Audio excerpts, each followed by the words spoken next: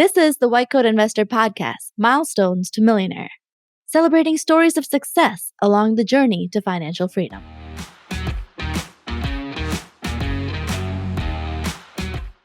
This is Milestones to Millionaire Podcast number 116. Emergency physician pays off student loans. Right now, qualifying medical professionals can refinance their private student loans with an up to 1% rate discount. Still a resident? With SoFi student loan refinancing, you could pay just $100 a month during your residency. And as a SoFi member, you'll have access to a powerful set of tools, education, even financial planners to help you not only save money, but help you get on the road to financial freedom. Check out their payment plans and interest rates at SoFi.com/whitecoatinvestor. SoFi student loans are originated by SoFi Bank, N.A., member FDIC. Additional terms and conditions may apply. NMLS 696891. All right, we've got a great interview today. I'm not just saying that because he's an emergency physician, but he's accomplished 2 milestones, which are very impressive. I'm not going to say he did everything right, but he did enough right that he's doing really, really well together with his spouse, who's now a stay-at-home mom, well, soon to be mom. By the time you hear this episode, she'll be a mom. It's a great interview. But stick around afterward. I want to tell you a little bit about mortgages afterward. Our guest today on the Milestones podcast is Alex. Welcome to the podcast, Alex. Hi, thanks for having me, Jim. Tell us what you do for a living, where you're at. I'm an emergency physician in the upper Midwest. Okay. And tell us, we're celebrating 2 milestones today. Tell us what they are. I've paid off my student loans, which is about $344,000. And during that time period, also accumulated about $300,000 in net worth. Awesome. So how far are you out of residency? Graduated residency in 2020. So coming up on 3 years. Not very far out at all. All right. And you're married, single? Married. Married. Any kids? Not yet. No, one possibly on the way here in about a week or two, but no kids yet. Oh, it's exciting. Exciting. Okay, well, hopefully not during this recording. I hope not. But before it goes live, certainly you're gonna be a father, so that's awesome. Yeah. Congratulations on that. Thank you. What does your spouse do? She stays at home now. Shortly after we were engaged, she was a teacher for 7 to 8 years, and shortly after we were engaged, she was having a kind of a miserable time teaching due to a lot of the changes, and so she decided to stay home, and we talked about it, and we get a lot of value out of her being home. So cool. Okay, so tell us about where you sat financially in 2020. The middle of the pandemic is raging. All of a sudden, emergency department volumes are dropping like a rock. We're down 40% nationwide. You come out of residency, and it's a scary time. And where were your finances sitting? I mean, what was your net worth then when you came out of residency in 2020? So it would have been right around $320,000 in the hole. I think I had a small Roth IRA with about $23,000 in it. And other than that, it would have been just the student loan debt. Did you know that at the time? Did you know that's where you were sitting? Yeah, I did. It weighs on you a little bit. Fortunately, I was able to find your book, my second year of residency, and kind of came up with a plan. And I definitely didn't do things completely by the book. When I signed my attending contract, I did buy myself a truck. Mine came on time. I know yours is. Yeah, yours it must be nice. I think I ordered a truck in about 2020. I still don't have it. Actually, so it was the end of 2021, but truly, I still don't have it. So yeah, so I did buy a new truck, which is something I'd wanted for a long time. I was on credit, I assume, because you didn't have any money, right? So yeah, so I had signed a contract early in residency. So about a year and a half into residency, I'd signed a contract, and I had a bonus at sign and a bonus at start. And part of my bonus at sign went towards my truck, and then the rest was on credit. Okay. So now at this point, you owe $350 or something instead of just $320. Okay. Yep. All right. Well, then what happened? I mean, what kind of job did you take? So I took a job, like I said, in the upper Midwest, interviewed at a number of places. It was a job in kind of a rural type setting, and started early. I know most people, when they come out, usually start in about August, but I didn't want to really wait around. I didn't have any plans or goals, and obviously no money. So I decided to start kind of right away. You got a truck payment to make. Yeah, exactly. Okay, so this is an employee job. This is a pre-partner job. What kind of job is this? I'm an employee. Okay, employee job. And approximately what have you been making over the last 2.5 years? The first year coming out, combining the residency and then what would have been about 6 months of an attending salary was about $260. And this last year, due to working a lot, I was about $525. Wow, it's a great income. You have been working hard. Yeah. Yeah, awesome. Well, that gives you lots of power to do some things. I mean, it makes you pay a lot of taxes too. How'd you like that, paying your first attending tax bill? That was a shock. I had heard people complain about taxes as attendings when I was in training, and until you really see it on your first tax statement, it's a bit of a shock. Yeah, it's painful for sure. Okay. All right. So you have a plan. I mean, you read the book halfway through residency. So you had some sort of a plan. Let's talk just about the student loans. What was your student loan plan? Yeah. So, when you first start to see those attending checks come in, obviously it's a massive difference in what you've been making in residency. So my plan from the beginning was to use one of those paychecks and just put it towards student loans. So I was living off of one of my paychecks a month, getting paid every 2 weeks. And that seemed to work out pretty well. And then fortunately, moving forward, I was able to take the paychecks and kind of increase the amount that those were due to, some staffing shortages and bonuses and working more nights than other of my colleagues. And so I was able to increase the amount that one of those paychecks was worth. So how much are you sending in a month to the lender? I sent that start bonus was the first thing that I sent in. It was the first payment I made in August of 2020. And then that's separate from the one you bought the truck with. That is separate from the one I bought the truck with. Yes. And then, basically it was anywhere between $8,000 to $12,000 a month. Okay. Well, you send them $10,000 a month and your loans go away very quickly, it turns out. Yep. Huh. So were these federal loans mostly? They were. Yep. And then they were refinanced. So you're sitting here, these loans have no payments due and they're 0% interest and you're still sending them 10 grand a month. How come? Well, so they were federal loans. I should rephrase that. They were federal loans, and then I refinanced them. My second year, the timing was kind of interesting. So I had refinanced through SoFi. I did the $100 payments kind of early in my second year, and then had signed my contract. And once I had my contract, I refinanced through Laurel Road. And which makes sense. It was the perfectly right decision at the time, right? It was. I mean, that's obviously just luck with what happened with the market and everything. And I know that some individuals that kept them in federal loans obviously had to pay no interest. But my interest, some of them are about to see their loans go to 6 and 7%. So exactly. What did you refinance to? Do you remember? So I refinanced initially to about 3.5% with SoFi. And then when I went to Laurel Road, it started right around there, but it was a variable loan. And obviously, I just saw that interest rate decrease. Yeah, pretty awesome. So you didn't pay all that much in interest, despite the fact that you did the quote unquote wrong thing. Yeah, exactly. Because you didn't have a crystal ball that told you your loans were going to go to 0%. You still didn't end up paying that much. So that's pretty awesome. Okay, so how'd that feel to make your last payment? Felt great. I was kind of talking to my wife about this. It doesn't really feel real yet. I think the biggest change for me was it kind of feels like I actually graduated medical school now. You're feel finally like you're done with your education. You feel like you're done. Yeah. That you don't owe anybody anything anymore, which is a big deal to me. It's pretty cool. So what are you going to do with $10,000 a month? So, we're increasing our nest egg, trying to increase our savings rate, and then we're putting a large chunk towards a down payment for our dream house. Cool. So has this been kind of a live like a resident period for you the last 2.5 years?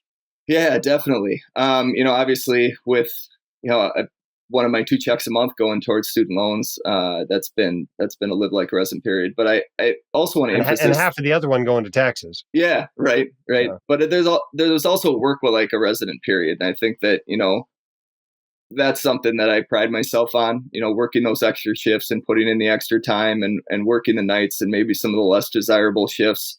It also gains you credibility with your colleagues and you kind of earn your stripes. And at the same time, you don't have the princess schedule I've got right now with 6-day shifts. No, I'm the guy you paid to get rid of your nights. That's that's me. But it worked out really well. It benefits everybody. I think it later in my career, I'm not going to want to work nights either. And fortunately, I think with the way I've set myself up, I'll be able to do that. Yeah, I think you probably will too. Do you have plans to cut back immediately, or are you going to work this hard for a few more years? Yeah, I actually joke with my wife frequently. So since the beginning of this year, I've actually cut back to full time. So I'm only working a full time. Last year was about a 1.3 and a half FTE, which was a lot. Yeah. Fortunately, with her being home, though, we were able to take care of things, and we were able to still travel when I have off, and we don't have to wrestle two different schedules. Yeah, and a lot of people don't get this when they're in two earner families. That support role is huge. Oh, huge. Yeah. All of a sudden, there's a lot of things at home that somebody's taking care of, and it's valuable. And sometimes we forget this is often the financially optimal setup in a situation with a very high earner like you and a relatively low earner like your wife. This is often a much better setup to be able to maximize your productivity. Definitely. And then with kids on the way too, you don't have to pay childcare. So yeah, I've mentioned before 2 surgeons I work with, married surgeons. They're half of the surgeons on our call list, so every other night there's calls coming in to their bedroom. And when one of the kids gets sick, they look at each other and go, who's going to cancel their cases today? Yeah. And it's hard. It's hard to be a 2-dot couple in some ways. Okay, well, this is pretty cool. But in the meantime, you didn't just pay down loans. You've also grown your nest egg from 20 grand to $300,000 over the last 2.5 years. So it didn't all go towards student loans. Tell us about your investments. Yeah. So my investments are located within a 403B, a 457. That's non-governmental. Roth accounts for both my wife and I, and then a savings account that fortunately I inherited from my wife. Even though she was a teacher, she saved religiously throughout her 7 to 8 years of teaching, and was able to accumulate almost $70,000 in a saving account on a teaching salary. So, cool. We were able to bring all of those things together, and that's where our nest egg came from. And I think that the big point of that was the non-governmental 457 and the 403B. They're automatically taken out of my paycheck along with an HSA. I never saw the money, so you didn't feel like you were losing it. You maxed it out every year with your distributions, and you just let it accumulate. So what kind of houses are you looking at? So we're hoping to get a nice 5-bedroom, 4-bath house, kind of a dream home in a neighborhood that unfortunately houses don't seem to go for sale in very often, but that's kind of what we're looking for, and we're in no rush. We fortunately I bought a kind of a modest starter home, and did that in late 2020. And it's big enough and works for us now, but I think it's going to get pretty small when kids start coming. Well, Alex, you've done everything right, and it worked. It's amazing. You're doing awesome. Thank you. What advice do you have for others who are maybe coming out of residency? Maybe they're sitting there $300,000 in the hole plus. What advice do you have for them? I would say get educated. Coming out, unfortunately, I stumbled upon your book. I actually went to your speaking lecture in San Diego at this Italian restaurant where I think there were about 150 people slammed in a 50-person restaurant. But, I would say get yourself educated. And my wife and I talked about this yesterday, and she said, well, you're passionate about this type of stuff. You like to read these books. And what about somebody who's not? And I said, we all went to medical school. I don't know too many people who are passionate about the Krebs cycle, but we had to learn about that, and I think that this really affects your future and your family's future. And I think it's really important to get yourself educated. Go to your conference. It was excellent. I'm going back in Orlando next year. So yeah, it's going to be great. I'm looking forward to seeing you there. Definitely. And, bring your spouse, bring your newborn. And I don't know how much your newborn is going to appreciate Disney World or anything, but it'd be great to see you again anyway. Yeah, for sure. And I also want to say, I think background definitely plays an important role. My wife and I both grew up in modest, middle of the income family homes. And, we talk about what were things that really influenced us. And I think it was really commitments were really important to us, whether that be a job. We were both, 3-sport athletes, and whatever you were committed to, that's really important. And I think it really builds that type of mindset moving forward with finances. I had a plan. I was committed to it, just like, you're committed to not missing practice or showing up to work. And I think that, we really have our parents to thank for distilling those kind of values within us. Yeah. Sometimes those parents aren't able to give us as much money, but what they do give us can be even more valuable, especially Definitely. once you apply it to a high income you get after coming out of residency. Absolutely. Awesome. Well, thanks so much for coming on the podcast and sharing your wisdom and your experience, and hopefully it'll inspire others to do the same. Thanks, Jim. Thanks for having me. All right. I hope you enjoyed that interview. It's a good example of how not only living like a resident, but working like a resident can really jumpstart your net worth building. I mean, he basically went from a net worth of minus $320,000 to a positive net worth of $300,000, was able to buy his dream truck, getting in a position, has bought a starter home, once he realized that the job liked him and he liked the job, bought a starter home, and now making plans to move at some point into the doctor home, right? This is perfect. This is the way it's supposed to work. Even though you have more than 50% more than the average student loan, you can still get on top of your finances, build wealth quickly, have that life you've always dreamed about. It just takes a little bit of discipline, a little bit of planning, a little more time and delayed gratification in some ways, but obviously didn't delay everything, right? And you can be successful. All right. I promised you at the top of the episode, I was going to tell you a little bit about mortgages. And mortgages are not my favorite thing in the world. Mortgage is a pain. It's a fixed cost, and I don't like fixed costs. I like variable costs. So if something happens to your income, you can just get rid of that expense. And mortgage isn't like that. It's a fixed cost, but it's one that almost all of us have for at least some portion of our life. I took out my first mortgage in 1999. It was 8%. It's a house, a condo, really, we bought during medical school. One of the greatest idea we ever had. Didn't really make money on it once everything was said and done. But it was my first experience with a mortgage, and it was an FHA mortgage. So I think we had to put like 3% down. We actually had to get my wife's parents to co-sign for us. And here's a tip. If somebody else has to co-sign for your mortgage, you probably shouldn't have a mortgage. When we actually found a really sweet rental deal after we'd already bought the place, that would have been a way better deal for us. That's what we should have been doing in med school. But anyway, we paid on the mortgage for a few years and actually refinanced it a couple of times during those 4 years as rates were starting to drop. Kind of got ripped off on the refinances.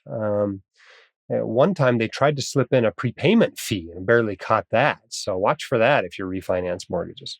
Second mortgage was coming out of residency. And we bought a little townhome out in Virginia where I was stationed with the military. Got that mortgage at 6.25%. Actually put down 20% on that one and got a standard mortgage. The interesting thing about 2006, though, for anybody who got a mortgage around that time period, I got this mortgage in like 10 minutes on mine. It wasn't a ninja loan. They knew what I was making because it was USAA and it was, I had a military job. But boy, it didn't take much to get it all, which is probably why we had the global financial crisis. That one, we ended up turning into a rental property. It didn't work out awesome. Ended up selling after 9 years, still underwater for what we bought that house for. But the mortgage was okay. I think it was 6.25. And when we moved out of it, I needed to take the cash out to buy our current home. And so we actually used kind of what was supposed to be a bridge loan. Ended up holding on to it for 5 years, and that was 6-ish% or so as well. Well, when we bought our doctor home in 2010, that mortgage was also a standard mortgage. We put 20% down. We'd save that up and use the money we'd essentially accumulated in the other mortgage to make this down payment. And subsequently refinanced once or twice. And I think by the time all was said and done, our rate was like 2.75%, which back then, you couldn't even make 1% in a savings account. So it didn't seem all that low. In retrospect, it's obviously very, very low. Then paid that off in about 7 years. When White Coat Investor really kind of took off, it just seemed silly to still have that loan hanging out there. So we paid it off, wiped it out, been mortgage free since 2017. But for most of us, you're going to have a mortgage for 10, 15, 20, maybe even 30 years of your life. And so you want to be smart about it. Buying a house, for most of you, this is going to be your most expensive purchase of your entire life. And so you want to get the best deal you can on the mortgage. And there's a couple of schools of thought here. One is you get the best mortgage by putting 20% down, right? You can then get essentially a standard mortgage. Lots of people competing for it. You get the best rate, the best terms, best fees. The other school of thought is I've got a better use for my money, and I might be paying down student loans or maxing out retirement accounts or whatever. And if that's the case and you're a doc, or for many lenders, a similar profession, you can get a physician mortgage or its equivalent. They have attorney mortgages, they have dentist mortgages, whatever you want to call them, right? And these require you to put down less than 20%, but still don't charge you the main problem with not putting down 20%, which is private mortgage insurance or PMI. So you might only have to put down 5% or 10%. Occasionally, you'll find one that's 0% down, and then still not have to pay PMI. Now, the rate's often a little bit higher, not always, but often a little bit higher than you would get with a standard mortgage. The fees are often a little higher than you would get with the standard mortgage. You certainly have fewer choices. We keep a list of both regular lenders and special physician loan lenders at whitecoatinvestor.com. You can check those out under the recommended tab and get people that have served other white coat investors well. But here's a couple guidelines for when you go out to buy a home and do so with a mortgage. Number one, try to keep your mortgage to less than 2 times your gross income. Certainly, if you're in the Midwest, you need to follow this guideline. Okay? If you're in San Francisco, if you're in DC, if you're in some expensive part of the Northeast, you may have to stretch that a little bit. But when I'm talking about stretching, I'm talking about stretching that to 3 to 4x, not 10x. You do 10x, you'll be house poor. Even at 3 to 4x, there's going to be consequences. Might mean you work a little longer, or don't go on as many vacations, or not drive as nice of a car, or whatever. There's consequences to it, but it's probably reasonable. The other guideline I often give people is try to keep your total housing expenses, principal, insurance, taxes, interest, utilities, to less than 20% of your gross income. And if you'll follow those guidelines, you won't be house poor. You'll have enough of your income left over to be able to build wealth with. And I hope that's helpful. I've told you where you can get a mortgage, what kind of mortgages you ought to consider, what you ought to do with it once you have it, which usually is have a plan to pay it off at some point before you retire. Most people regret taking a mortgage into retirement, unless you're one of those people who's just like, I want to leverage my life as much as possible and build as much wealth as I can. I'm willing to take on this risk to do it. Fine, knock yourself out. But for most of us, you ought to plan to have that thing paid off before you head into retirement. Hope that's helpful to you. By the way, our sponsor today, which is SoFi, they also do some Dr. Mortgage kind of lending stuff you ought to check out. But right now, we're going to talk about their student loan refinancing, which obviously our guest today took advantage of. And qualifying medical professionals right now can refinance their private student loans with an up to 1% rate discount. If you're still a resident, with SoFi student loan refinancing, you could pay just $100 a month during your residency. As a SoFi member, you'll have access to a powerful set of tools, education, even financial planners to help you not only save money, but help you get on the road to financial freedom. So check out their payment plans and interest rates at SoFi.com/whitecoatinvestor. SoFi student loans are originated by SoFi Bank, N.A., member FDIC. Additional terms and conditions may apply. NMLS 696891. We'd love to have you on this podcast, by the way. You can apply to be on at whitecoatinvestor.com/milestones.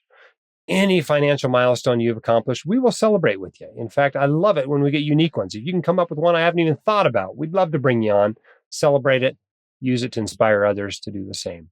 Till then, I hope this was inspiring to you. Keep your head up, keep your shoulders back.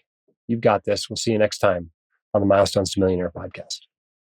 The hosts of the White Coat Investor podcast are not licensed accountants, attorneys, or financial advisors. This podcast is free entertainment and information only. It should not be considered professional or personalized financial advice. You should consult the appropriate professional for specific advice relating to your situation.